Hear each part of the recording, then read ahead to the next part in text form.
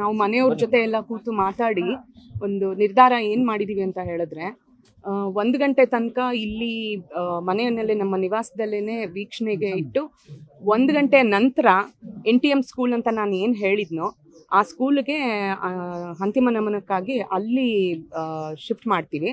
ಮತ್ತು ನಾಳೆ ಅಂತ್ಯಕ್ರಿಯೆ ಮಾಡಬೇಕು ಅಂತ ನಿರ್ಧಾರ ಮಾಡಿರೋದು.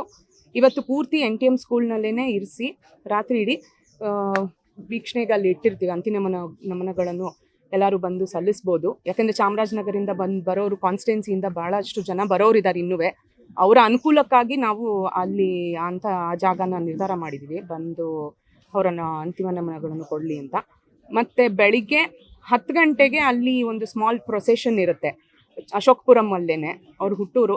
ಅದಕ್ಕೆ ಅಲ್ಲೇ ಒಂದು ಸ್ಮಾಲ್ ಪ್ರೊಸೆಷನ್ ಮಾಡಿ ನಂತರ ಅವ್ರದ್ದು ಒಂದು ಟ್ರಸ್ಟ್ ಏನಿದೆಯೋ doctor BR Ambedkar educational and cultural trust ಅನ್ನೋದು ಏನಿದೆಯೋ ಆ ಮಾನಂದವಾಡಿ ರಸ್ತೆ ಸಿಲ್ಕ್ ಫ್ಯಾಕ್ಟ್ರಿ ಎದುರುಗಡೆ BS ಕಾಲೇಜ್ ಪಕ್ಕದಲ್ಲಿ ಅಲ್ಲಿ ಅವರ ಅಂತಿಮ ಕ್ರಿಯೆ ನಡೆಯಲಿದೆ.